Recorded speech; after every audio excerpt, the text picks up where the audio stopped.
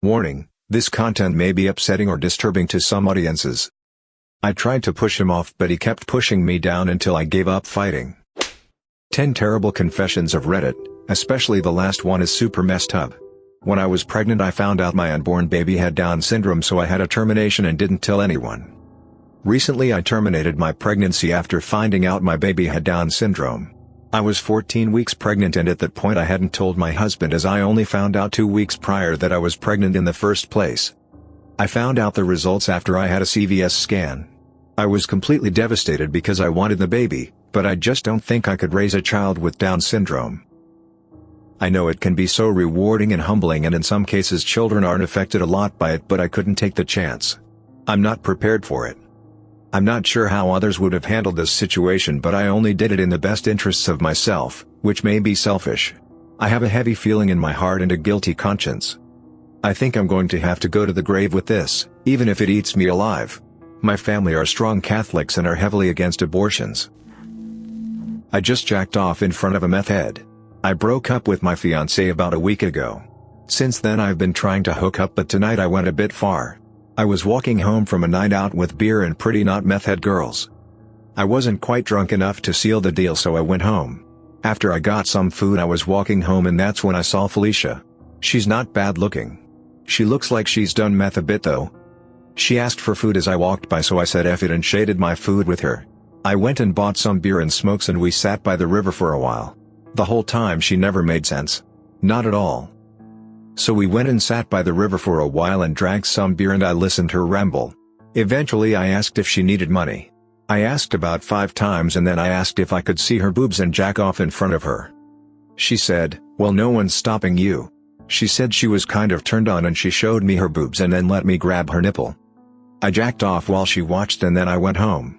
My ex-fiancée is sleeping in the room over and I can't stop wanting to go back to the river. My cum tissue turned into an ant nest. Okay, so I sometimes jerk off in bed, I put it into a tissue and toss it into a corner of my room. And I get it the next day. But I forgot for 2 days and it's just starting to get hot outside. So about 10 minutes ago I went to get it.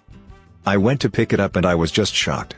There were 200 little ants using my cum rag as a nest. They ate my semen and used it as a nest.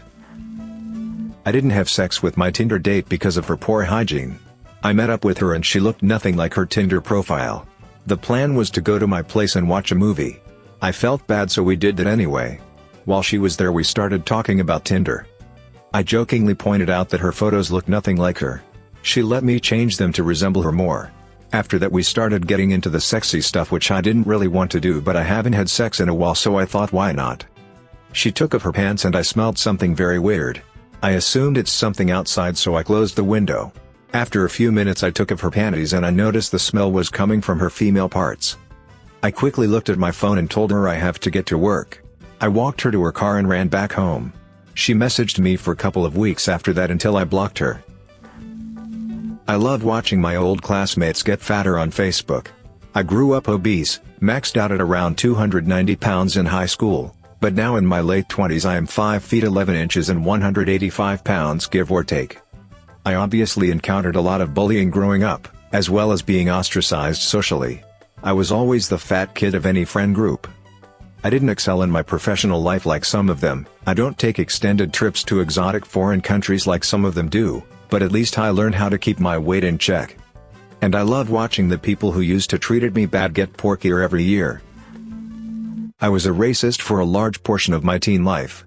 I want to get this all out. Thinking about how I acted, what I said privately and online then makes me want to vomit on the inside. I am not white. I am Asian. Even typing words about race makes me almost lightheaded.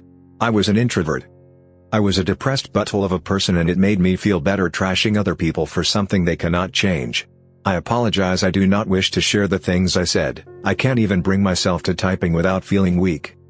But then late high school years, I started to meet new diverse people.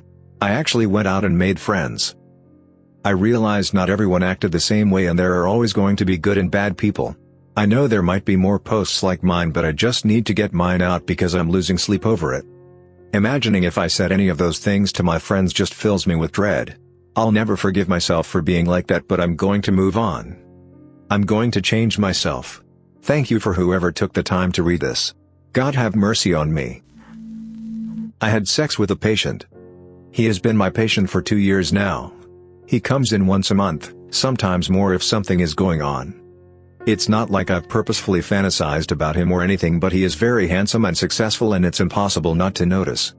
When you combine that with the fact that he tells me personal things that no one else knows, it just creates this level of intimacy between us. We live in the same neighborhood, so we occasionally see each other when we're out and about. The night before last we ran into each other at the post office. We talked while we waited in line, and after that we had a coffee together. When he asked me if I wanted to go back to his place, I agreed. I honestly don't even know why, I just wasn't thinking straight. We had a glass of wine and then we wound up having sex. I feel so guilty and I don't know what to do. The worst part is that I can't stop thinking about him.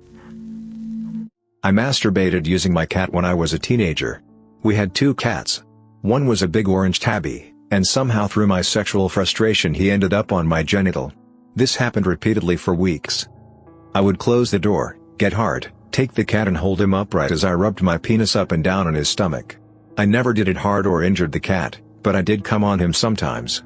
The fur felt amazing and warm, and was so much better than just masturbating. The cat did start to resent me though and would often run off with a matted bunch of cum fur on his belly after I was done with him. We gave him to friends after a couple of years, and I didn't see him again. I don't know if anyone in my family ever knew I was doing this. I am sorry, buddy, I was just a teen with raging hormones and you were a surface that felt good. Sorry for coming on you. I was 19 before I realized that wiping your butt was essential bathroom hygiene. I grew up in a strange home as a child. My father and mother were away on business most of the year and I was raised by a nanny. As I have matured, I've come to find that many lessons most people acquire as toddlers have not been with me, and since I was homeschooled I had few chances to be made aware of some of my quirks. I could not possibly blame this lack of knowledge on my nanny. She was a wonderful, intelligent woman who was always there to help me along, but I have always struggled with attentiveness. Learning the first half of any lesson but unable to concentrate enough to pick up the second half and often forgetting what I already know. I guess, at some point along the line, I just stopped wiping altogether, and throughout the years I forgot that it was even a thing. Often I use the toilet paper to wipe my hands and face, but it never occurred to me to use it on my butt until I had a drunken conversation with an acquaintance and looked deeper into it via Google. Until that point, I just assumed that an itchy, smelly bottom was just a dirty fact of life. I had sex with a famous musician when I was 16 and I hate myself for it. This has been on my mind for a while now. It's something that happened 10 years ago and I've kept it a secret along with my friend who also never told anyone about it, but it's been making me feel depressed, because I feel cheap and used the more I think about it. So 10 years ago when I was 16, I went to a concert with a friend. The band was pretty big in the 80s and still popular at the time, so we were very excited to go. I'm not going to say who it was and I'm not really thinking of trying a lawsuit or anything, I just want to talk about it and stop bottling it up inside. So we went to this show and it was awesome, the band was amazing and we were in tears through most of the thing. It was that good. This was the first proper concert I'd ever been to and the crowd and everything else was electric. Before the show we were at the front and got talking to one of the security guys and joking around, so after we saw him again, we asked him if we can go backstage and get an autograph and maybe a picture. I'd bought something in the hopes of getting it signed, so we took our chances asking, "Can't hurt, right?" So he kinda smiles and says he'll go ask somebody if it's okay. He talks to this guy who it turns out is their tour manager and he looks at us for a minute and then asks if he can take a picture of us for the tour photos. We agree posing for it. He then says he'll be right back and we'll go ask the band if they are okay with visitors backstage. We were really excited at this point, because it looked good. We spent the time talking with the security guys about all the bands they've seen, and the tour manager comes back a little time later, and says he'll take us backstage giving us a pass. Some others had shown up by then asking, but he turned them away saying they could only accommodate us, and that since we asked first he'll let us in. When we got backstage there were already women hanging around, they didn't really look like fans so we assumed maybe they are girlfriends or wives etc. The tour manager introduced us by name but nobody seemed to be interested at first. After a little while they call us over. I'm super nervous and ask them to sign my record. They sign it and we talk about it and they tell us some stories about when they recorded it, we take some pictures and all seems great. The conversation slowly gets more personal. The bass player asks if I have a boyfriend and had some questions about my sexual experience. I answer that I've not done much more than kiss a guy since I didn't really know what to do. I was scared that if I didn't answer, they'd think I'm weird and kick me out or something. They seemed more talkative after that and invited us to sit next to them. They asked if we'd come to their after party and we excitedly agreed, thinking we were really cool because we were getting into a real after party with all these famous people. They left and we were taken in another car to their hotel and ushered into a back door and into an elevator. The crew members took us to a room and let us in where the band guys and some others were hanging out. We hung out at first, they gave us alcohol and got us drunk. We just thought it was fun at first. They offered us pills and weed and we agreed to it all because we didn't want to say no. I started feeling lightheaded and like something bad was going to happen. I said I wanted to leave and tried to get my friend, but a couple of the guys told me it'd be fine, that they'd take me home when I sober up. They told me to lay down and ushered me to one of the beds. I remember really feeling out of it, but I recall seeing my friend on a chair and one of the band kissing her and his hand was in her skirt. At that point I felt somebody touching me, and he said it'd be okay because he'll be gentle. I tried to push him off but he kept pushing me down until I gave up fighting and just let him have sex with me. Everything just went silent in my mind at this point. I knew what was happening to me and I knew somehow they were doing the same to my friend, but I just went to another place. After he was done they pretty much just took it in turns to have sex with me and my friend.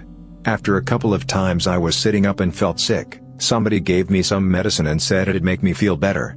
I just took it and tried to find my clothes stumbling around. They were laughing at me and somebody asked if I need a shower, which I did.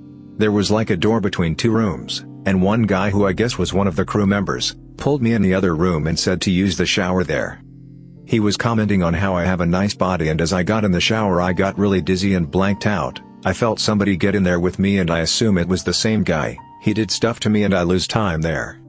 I woke up in a bed naked and the crew guy was standing around on the phone. He hangs up, then he told me to shower and get dressed, which I felt like I was doing before I blanked. After I did, he was waiting for me and grabbed my arm, pulling me into the corridor. He asked somebody about another girl who turned out to be my friend, and they said she's in another room. He knocks on this door and an older guy in his underwear answers, and inside I see she's on the bed naked. He says to get her in the shower and dressed because he's getting rid of us. We wait for a while and I can barely stand because I still feel drunk and sick. She comes out looking confused and she's crying. We hug and then the crew guy still had an attitude, telling us to move, pushing us to get in the same elevator we came up in. We go out a door and into a car and we're asked where we live. My friend said her address because she knew her parents weren't home and her older brother was at his girlfriend's place, so we wouldn't get in trouble for staying out late. The guy dumps us a couple of blocks away and tells us to walk, which we did. It was around 4 a.m. when we got back. I just showered again and went to sleep. I was really angry the next day and cried, but just said it was nothing when my parents asked what's wrong. I just tried to bury it and forget for years after that, and so did my friend.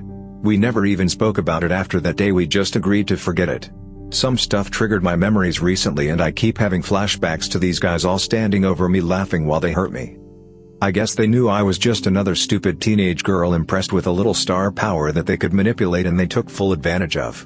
I'm not even sure of everything that happened to me because I blanked for a long time. I don't know of anything that happened to my friend, but she probably had a similar experience to me. I remember seeing older women at the hotel partying, but nobody else our age. I wonder how many teenage girls this happened to, if they regularly invited some to take advantage of them, and dump them after like garbage. I feel used and cheap for letting that happen to me. Thanks for listening to Radio TTS. Hit the subscribe button and activate the notification bell for more videos. Click the right box for the Confessions playlist. Let us know in the comments what you think about these stories.